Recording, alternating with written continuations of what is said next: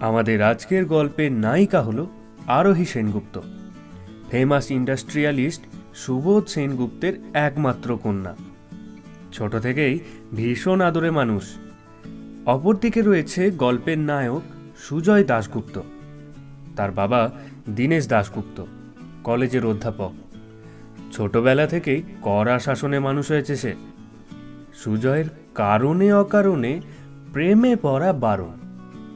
কিন্তু আপনারাই বলুন তো, এই প্রেম আর দুর্ঘটনা কি কখনো বলে কয়ে আসে? তাই সুজয়ের জীবনেও একদিন আরোহীর আগমন হয়। তাদের সম্পর্কটা 4 বছর হয়ে গেছে। সুজয় এখন একটা মাল্টি ন্যাশনাল কোম্পানিতে কর্মরত। আরোহী চায় সুজয় ওদের সম্পর্কের কথাটা বাড়িতে বলুক, কিন্তু সুজয় ভয়ে তার বাড়িতে কিচ্ছু বলতে পারে না।